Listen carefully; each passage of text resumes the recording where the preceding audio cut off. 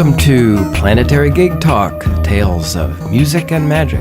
I'm your host, Jefferson Glassy, Chief Spiritual Dude of the Planetary Gig Society, whose mission is making connections through music with the intention of bringing peace. And today, here in Studio One at the worldwide headquarters of the Planetary Gig Society, I'm delighted to have here in the studio a fabulous musician, guitar player, great friend, and probably one of the nicest guys that you would ever want to meet in your life, Mike Lessin. Hey, Mike. Hey, Jeff. Thank you so much for having me. Well, it's a privilege to be able to talk with you about this. Just a little bit of sort of background or intro. My wife knew you in high school. That's right. But we also have connections through other ways. My harmonica teacher, Grant Dermody, was married to Julie's friend, who was your friend, so I end up meeting you kind of through Grant, and you knew some of our neighbors, and we all kind of reconnected somehow, and it's been a lot of fun, hanging out, playing music, doing some fun things. So that's been really fun. Very serendipitous, indeed.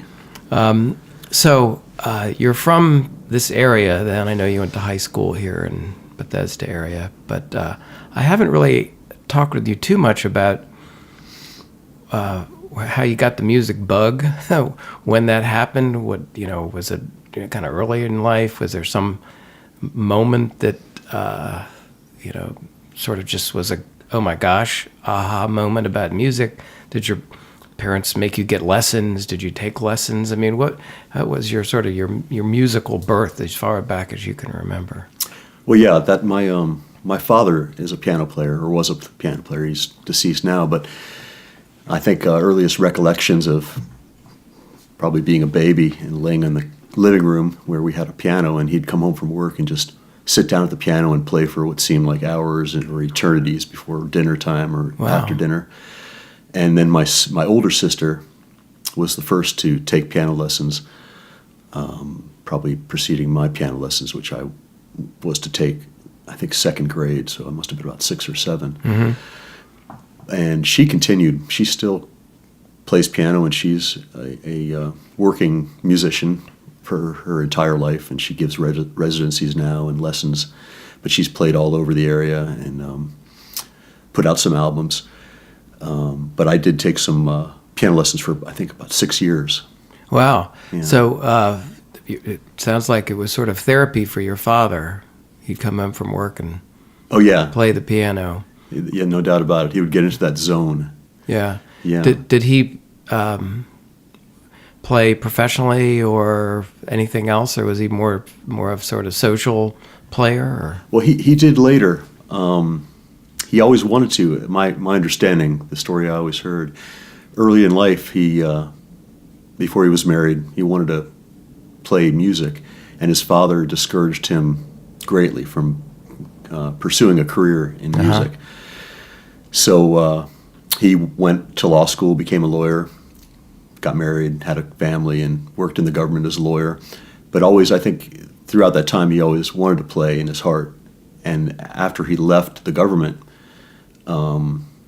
he did play professionally. That's what he did. Wow. He played down in Georgetown and out in Tyson's Corner and played at different places. Yeah, pretty much quit the whole law field and did what he wanted to do in his heart. So well, there's an idea. Yeah. He did the reverse. Yeah. Yeah, that's pretty cool. So you enjoyed taking piano lessons during that time? Yeah. Did it really grab you, or was it kind of something you did? And what did you learn from piano? And actually, yeah, the whole piano experience was a good one. I think it taught me what I know about theory now and sight reading music.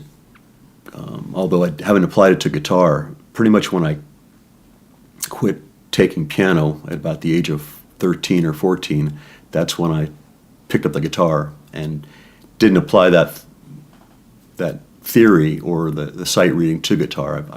Guitar has always been something that I've played by ear, pretty much.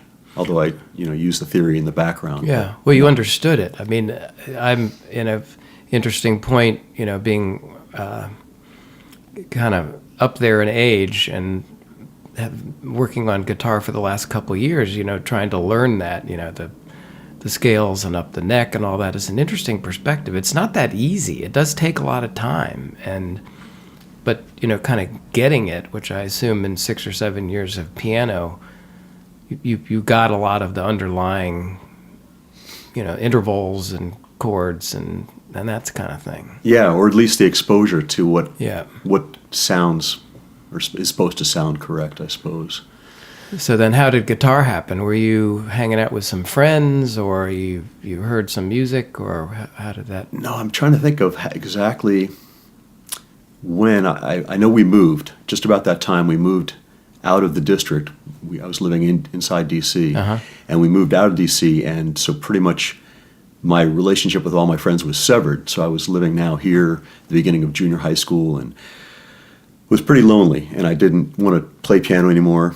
Wasn't taking piano lessons, and I somehow came upon a beat-up old classical guitar, of all things, and I put some metal strings on it because I always wanted to, play like a country-style guitar, something more than the classical with that mellow sound, something a little more biting, and restrung it and sort of ruined the guitar. But I taught myself. I just sat in my room after school and would turn on the radio, play along with songs, and just teach myself guitar, and that's pretty much how it started. I never took any lessons, never really learned anything formal about the actual guitar. Just played what I liked. Right. See, I find that amazing and inspiring at the same time. I'm not quite so much of a noodler. I sort of need lessons, or maybe I think I need lessons, but to just sit down and figure it out. I mean, I guess radio records, you'd have to drop the needle on the songs again and again to hear them and that sort of thing. To me, it's amazing. Yeah, I don't know why. I guess I had taken lessons for so long. I wanted to do something different, maybe in my own mind. Yeah. And it just seemed, to me, it was also therapeutic, and it still is after how many years now? Almost 50 years later, or 45 years later. It's always been someplace that I can go in my heart and my mind and spirit to get away from stresses and worries of the day. Yeah. So were there some inspirations or music that you particularly liked back then that were sort of... Yeah, no doubt about it. I certainly... I used to... basically hang out with my sister's friends, my older sister's friends, and they introduced me to people like Jimi Hendrix and Eric Clapton and Little Feat, the Grateful Dead, Allman Brothers, very guitar-oriented kind of music. Yeah. So I think the first song I ever learned was Wild Thing by the Troggs. Oh, yeah. Wow. Because I think some band had reissued that back in about 1974. I forgot, Wild Cherry, I think was the band, but I learned that, which is a pretty easy 3-chord song, and I think the next song I ever learned was Hey Joe, the Hendrix version, and I just worked on that, and then just slowly, learned a lot of different material from those kind of groups that I previously mentioned. So did you play for kind of a long time during high school without getting into bands or doing gigs, or did you?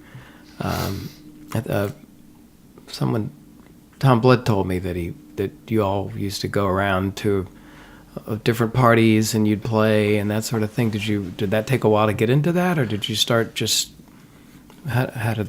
Yeah, I think after at least a year or two, I found a good friend who's still a good friend of mine. He's a drummer. His name is Tom O'Neill, and we put a band together, and we used to play in my house. We also used to play on the grounds of the school. I think there was one interesting lunch period where we set up on the outside of the school and ran a long extension cord up, played during lunch for everybody, and got unplugged unceremoniously by the vice principal because we were probably playing loud Hendrix-style music, but it was fun. Teachers, let the kids alone. Yeah, I know. No. What's wrong with a little music, right? It's all about feeling good, but... Yeah, so did you get, gigs back then playing at dances and things, or did you, what did you... Yeah, well, we did We did do a coffee house in the school. I think we also got unplugged at that. That was our motto: get unplugged or go home. So, and then I think we did our first gig at a place that used to be called the Far Inn, and it was. Oh, yeah. Now it's got a big, and then it turned into later the Club Soda. If you're all from this I area, know where that is. Yeah. Yeah, it used to be the Far Inn. We played there when we were about 17. And we were all obviously underage. But that was before it was really a big deal. They let everybody in there, and we sat up and played all night, and had a great time. And then we just played parties and things like that. 'Cause we were all too young. I learned to drink down the street from there at Bobby Abbo's Poor Roberts restaurant, just on the same block of Connecticut Avenue. Oh, no kidding. So then after high school, what was kind of your trajectory after that? Did you? Yeah, well, I went off to college up in Pittsburgh. Went to Carnegie Mellon, and really just I really wanted to go to music school, but I wasn't really supported that way by my parents. I remember, and it's something that's sit in my mind probably my whole life. And my father told me this, and it's probably the same thing his father told him. He said, there are thousands of guitar players out there that are better than you. So you really need to find something else that you're good at, So I, being the rebellious teenager that I was, I said, I'm going to show him, Yeah. Although it's still stuck in my mind in terms of my confidence, not having any kind of approval from him or my mother in terms of music. They never bought me any guitars, amps, anything, my entire life. I did that myself. I always saved up whatever money I could from jobs working at the drugstore. Well, I think we are in a place where certainly a lot of people would say, well, what's your real job? Are you Right. a musician? What? How do you do that? You play at bars, and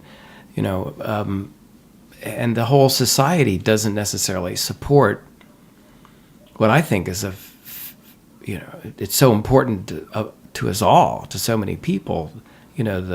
The efforts of musicians, because it takes a huge amount of work to do this, to create this magical sound that comes out and that soothes us and heals us and helps us all, and doesn't really kind of support musicians in a full way to let them do what they want. It's a hard row to hoe to do that. It is. You really have to be dedicated, and I'm probably the first to say that I wasn't. I don't think I've been fully dedicated. I've always enjoyed playing. I've played ever since I started. I haven't stopped, but I've never given it my full all. I tried. I think I tried in my early mid-20s to make a living playing music, but I really never sacrificed, I think, what I should have to really get out there and play.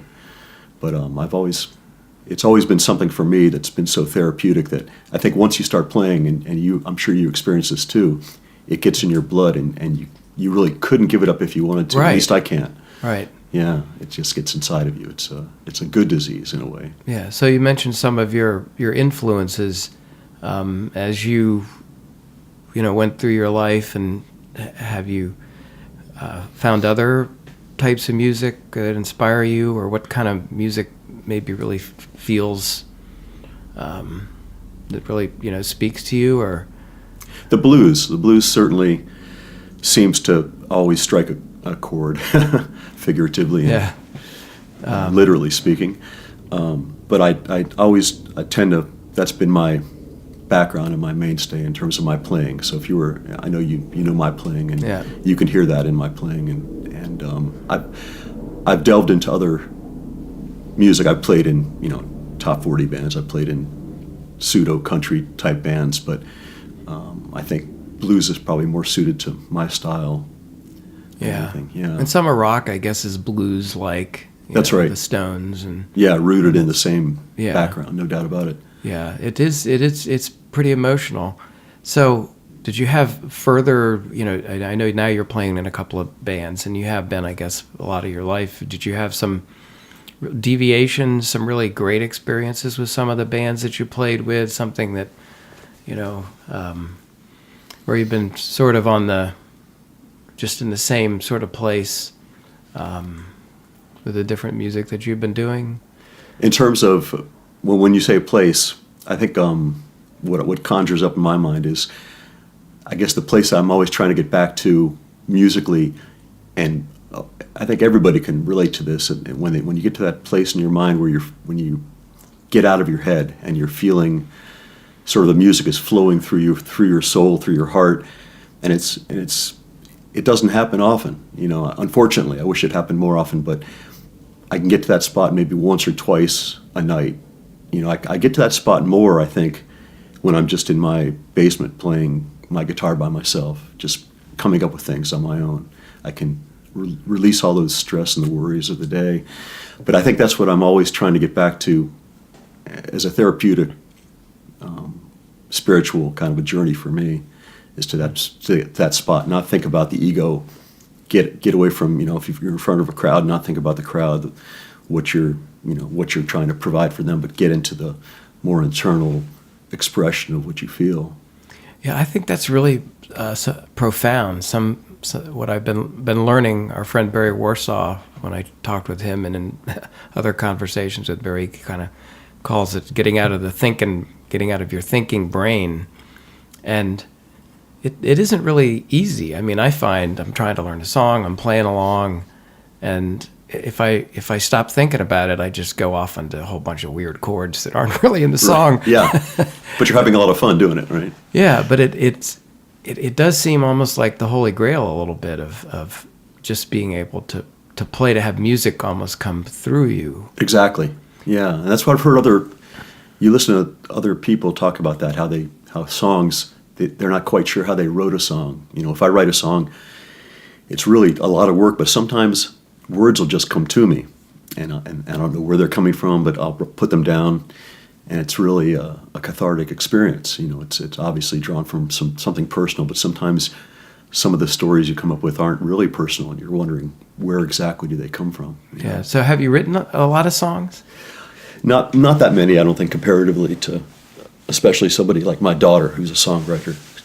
She's probably written 200 or 300 songs for 21 years, and I'm 56, so I've maybe written 25 or 30 songs, so yeah. Very few comparatively. Yeah, well, I don't know if I've heard many of your songs, honestly. Yeah, I don't play them. I guess I keep them to myself mainly. I'm not very confident of playing them for other people. I'm not sure why, but it's a funny thing, because I've heard that these words described about musicians and artists, I think in general, a lot. This crippling self-doubt that you have. I'll be practicing and thinking, I'll never get this. Oh my God, I can't do it. What am I wasting my time? You go through all this, but then at the same time, you keep doing it and you get more confident in it and everything like that. It's I guess it comes with the territory, but it's why it shows you have to just keep going and overcoming that to have something come out. Exactly. I mean, that's the hardest thing, I think. At any stage you're in, and I know you're in a stage that you're feeling, wow, can I ever get to the next stage? And I've been playing for a long time, and I still feel the same way I did when I was 14, banging it out in the basement. I feel, can I ever get to the next stage? I don't think, at least in my experience, I've ever been thoroughly satisfied with anything I've done. And that's what's hardest, I guess, when you do an original, you want to go and record it. And the recording studio is just so, you're put under a microscope, and you can really hear every little flaw. At least I tend to zero in on that, and that's not good. Sometimes you have to have, and that's why it's good to have somebody else maybe producing it and telling you, hey, that's fine, you did 32 takes, you're good, Yeah. Well, I mean, you're a great player. You've been playing all your life, and you're a fabulous human being, so I'd assume the music is probably not too shabby. Oh, thanks. I'd like to ask you a little bit about, Charlotte. I saw her play, some music nights when she was before college. She was a teenager. She's been playing a lot of her life. Obviously, she's had you as a father, as somebody who's been there playing music in her life. What was your perspective on having a daughter who seemed to be interested in music, I suppose, and what to say, what not to say, how to encourage, not to encourage, and how is her learning and her trajectory in music gone? What have you sort of observed about that? Well, that was I don't know. I'm sure it was conscious and subconscious in a way, but I know one thing for certain, and I know that she's got this incredible passion and talent that I suppose, I can't attribute that to myself, although I'm sure some of it came from listening to me, but she's got something special, and I always encouraged it, especially if she was, and she always has been, interested in music. That's something that she's always taken to. She started out with Suzuki violin, which is maybe you're aware or not. They teach that as a more of a by ear training for violin. They don't teach you the technical way. The way I learned piano, they put sheet music in front of you and teach you, here's middle C. With Suzuki violin, it's all no music. You just play by ear, which I always thought that was a really cool thing. So when Anne, my wife, and I said, why don't we start off with a Suzuki violin course? And she did that from the age of 4, and then she did that. She still plays violin, but she took up, I taught her some guitar, and then she took it upon herself to teach herself some more, and she learned piano herself, pretty much just watching YouTube videos. And I've always been, both of us have always been incredibly supportive, and possibly as a compensating factor to the way I was not supported by my parents. I figured, hey, she's got this gift. I want to support it. I want to, somebody's got to do it in the world. Somebody's got to provide music, and she's got the talent, and she's got the motivation. She really enjoys it, so why not give her as much support as I can? Yeah, that gift of wanting to do it. Yeah. Yeah. Well, your wife, Anne, is a beautiful human being as well, and so I'm sure you both were very supportive. And, I think some people would wonder maybe a little bit, my child is becoming in the old days, we know what they would say. Well, you can't really do that, be a musician. Yeah, But it seems so important. What effect does it have on Charlotte? How have you seen her grow or change through music? I don't mean to be asking all these personal questions. No, that's perfectly fine, because this program is designed to explore the journey of music and what it means, I think. And I personally think it's been a blessing to her, because it is something that's in her soul, it's in her heart, and I think it would be such a loss to herself and the world if she didn't get to present her songs and her voice, and she's an incredible singer as well. So I think, unfortunately, she's seen some of the self-doubt I've had about my own playing, which that's one of the big regrets I have, that she's had to experience that. And I think, I hope that she can overcome that, to the best of her ability in developing what she has, and seeing how far it can take her, and hopefully she can be able to make a living at it. It's interesting what you say, kind of her playing music being a gift to the world. And I think there are probably a lot of people who have that inside them who don't get to do that, or don't even maybe realize. I didn't have music in my life the same way. A lot of people do. A lot of people talk about, I grew up and everybody sang and, blah, blah. Yeah. And I didn't really have that. But in some ways, it's almost like a gift of who we are, because I think in my learning experiences and things that I've been focusing on recently, it just seems there aren't a lot of people who just say, I hate music. People say, oh my God, I love music. I don't play, or I'm not a good singer and all this, but I love music. Music is just so important to me. And maybe don't even realize it. They hear a song, but they don't intellectualize that. They just hear it, it makes them feel good, but they don't really think about what it takes and what goes into it. And as we all know, it's not valued as much as it should be, because it does provide an incredible amount of therapy and pleasure, and all sorts of just the arts in general. Not just music, but every art. It just provides. Without art, I was trying to remember who said, made the quote, but without the arts, what is all this living for? If you can't enjoy some arts, what are we all putting our efforts to? It's a good question. Gross national product. I mean, I don't know. Yeah. More widgets. You can amass a fortune, but if you can't use that fortune to enjoy something, and it's usually having to do with enjoying some kind of artistic endeavor, or enjoying somebody else's artistic endeavor. Yeah. So you've been playing. I mean, you've played more gigs than you could possibly count, but I'm sure hundreds of gigs, and you played with a lot of different people, and so you've seen audiences, you've seen a lot of musicians. Do you have thoughts about just perspectives on, from your point of view, playing a guitar in a band for people in different formats, different places, venues? Do you, and playing with other people, do you have perspectives or thoughts about what the effect is of music on people when they play?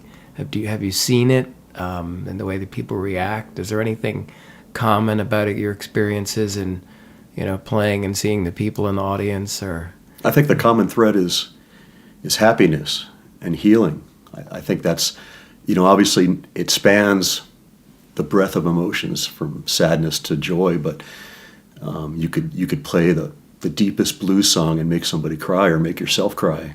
I've experienced that myself, just playing and getting emotional, or playing something incredibly happy and jumping up and down and doing scissor kicks in the air, doing crazy things. But I think to anything to make somebody feel whatever it is they feel, to bring that out, to make them become in touch with something inside, maybe something less on the surface, but something deeper.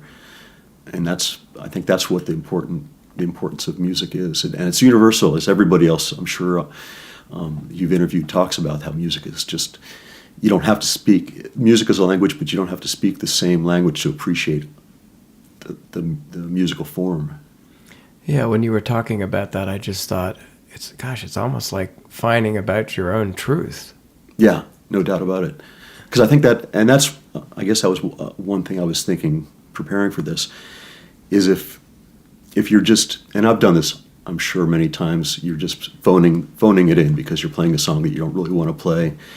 I've played in bands where I just really wasn't interested in the material, and I'm just playing, and I think that's obvious to the audience. It's obvious to myself when I'm playing, but I think when I'm really feeling it and it's touching my soul, and I'm getting to that place that I'm trying to get to, I think the audience can really pick up on that, and they can see that, they can feel that, and I think that's part of what brings the joy, if you will, to the audience, is seeing that the connection, getting that connection, and then you're feeding back and forth, because once they're getting that connection, they're getting more excited and jumping up and down and moving around, clapping, singing along, and that feeds you, and it's sort of like a spiraling effect in a good way.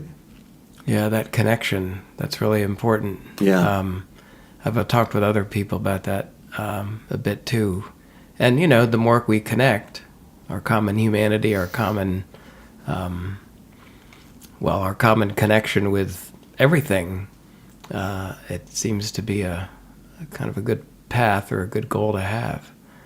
I would agree. I highly agree. Yeah, we have to find, that's what we strive to do, I think, for the good of humanity, is to find the commonality instead of differences, because we're really good at that, I think.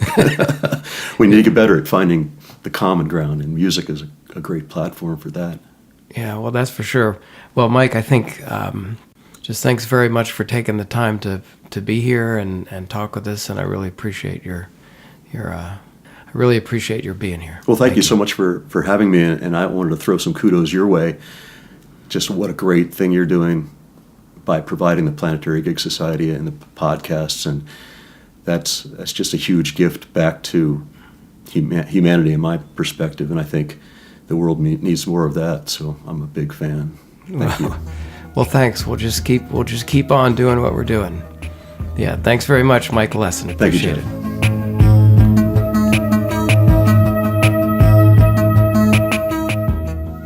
You've been listening to Planetary Gig Talk, Tales of Music and Magic.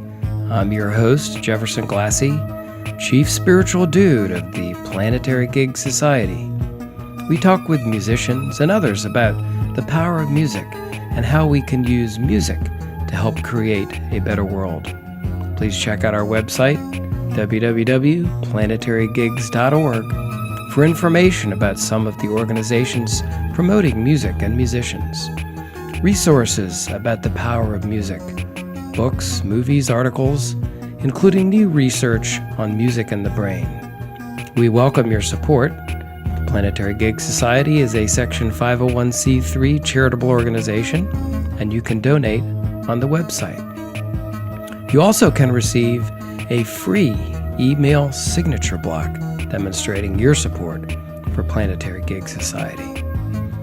Please follow us on Twitter, Instagram, and Facebook at Planetary Gigs. And we want to thank fabulous musician and teacher Eric Weinberg of Little Eric Studios for the Planetary Gig Talk music titled Chill Kid, It's Saul. So please check out Planetary Gig Talk on iTunes, Google Play, and Stitcher. Subscribe and hear all the upcoming episodes. Thanks very much.